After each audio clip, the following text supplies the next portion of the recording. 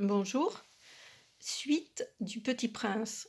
Vous vous souvenez que Saint-Exupéry lui a dessiné une boîte dans laquelle il y a un mouton.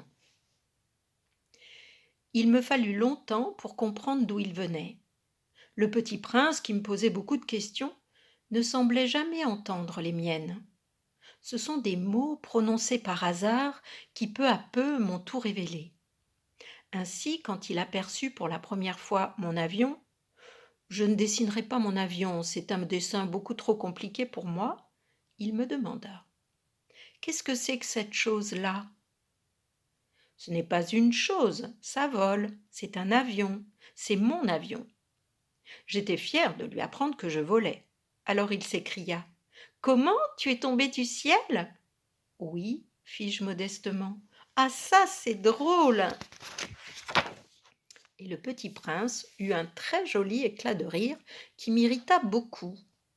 Je désire que l'on prenne mes malheurs au sérieux.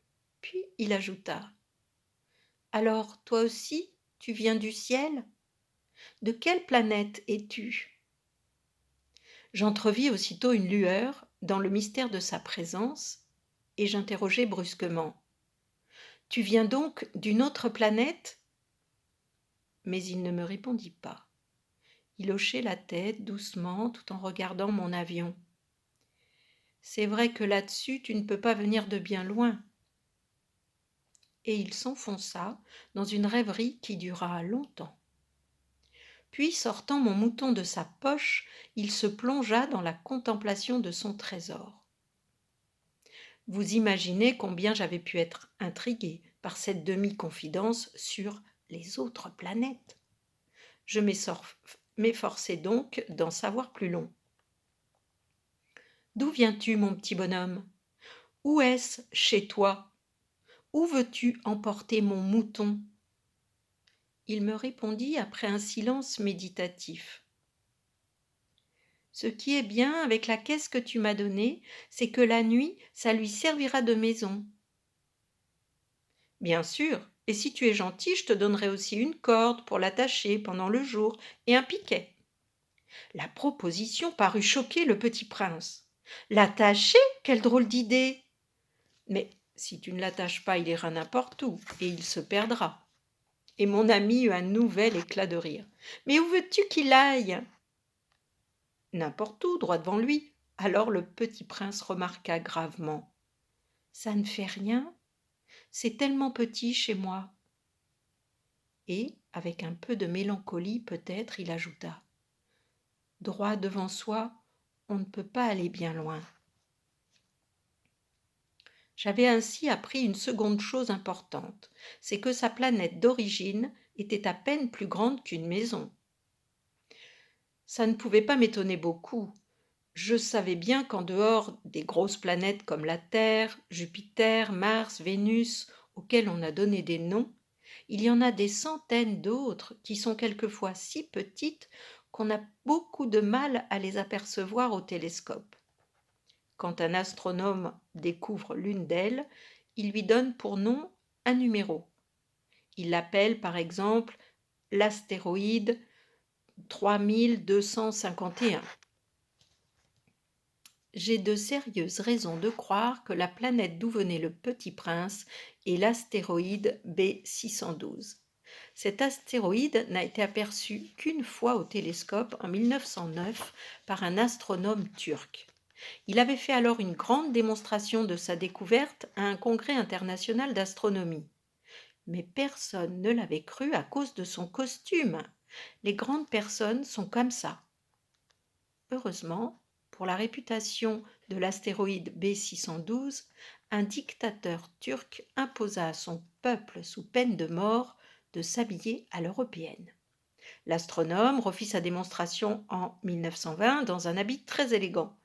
Et cette fois-ci, tout le monde fut de son avis. Si je vous ai raconté ces détails sur l'astéroïde B612 et si je vous ai confié son numéro, c'est à cause des grandes personnes. Les grandes personnes aiment les chiffres. Quand vous leur parlez d'un nouvel ami, elles ne vous questionnent jamais sur l'essentiel. Elles ne vous disent jamais: quel est le son de sa voix? Quels sont les jeux qu'il préfère? Est-ce qu'il collectionne les papillons? Elle vous demande quel âge a-t-il, combien a-t-il de frères, combien pèse-t-il, combien gagne son père. Alors seulement elle croit le connaître.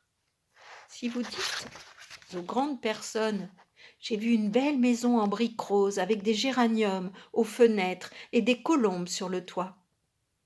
Elles ne parviennent pas à s'imaginer cette maison. Il faut leur dire: j'ai vu une maison de 100 000 francs. Alors elles s'écrivent: comme c'est joli. Ainsi, si vous leur dites: la preuve que le petit prince a existé, c'est qu'il était ravissant, qu'il riait et qu'il voulait un mouton. Quand on veut un mouton, c'est la preuve qu'on existe. Elles hausseront les épaules et elles vous traiteront d'enfant. Mais si vous leur dites: la planète d'où il vient est l'astéroïde B612, alors elles seront convaincues et elles vous laisseront tranquille avec leurs questions.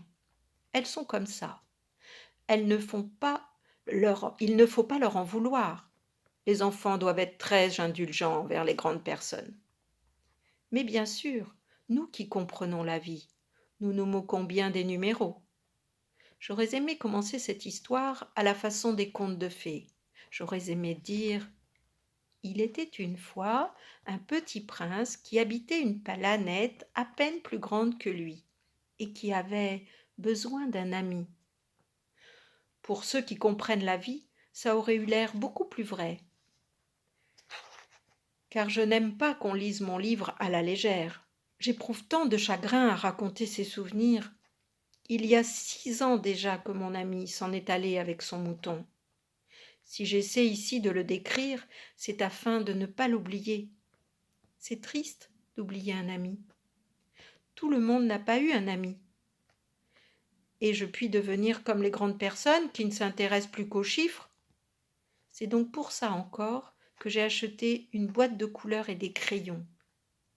C'est dur de se remettre au dessin à mon âge quand on n'a jamais fait d'autres tentatives que celle d'un boa fermé et celle d'un boa ouvert à l'âge de 6 ans. J'essaierai bien sûr de faire des portraits le plus ressemblants possible. Mais je ne suis pas tout à fait certain de réussir. Un dessin va et l'autre ne ressemble plus. Je me trompe un peu aussi certainement sur la taille. Ici, le petit prince est trop grand. Là, il est trop petit. J'hésite aussi sur la couleur de son costume. Alors je tâtonne, comme ci, comme ça, tant bien que mal. Je me tromperai enfin sur certains détails plus importants. Mais ça, il faudra me le pardonner. Mon ami ne donnait jamais d'explication. Il me croyait peut-être semblable à lui, mais moi, malheureusement, je ne sais pas voir les moutons à travers les caisses. Je suis peut-être un peu comme les grandes personnes. J'ai dû vieillir.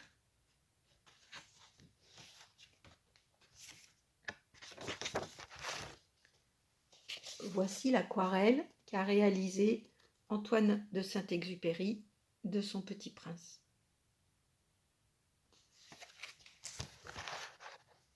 Voilà, vous savez maintenant que le Petit Prince est sur la planète B612. Je vous lirai la suite la prochaine fois.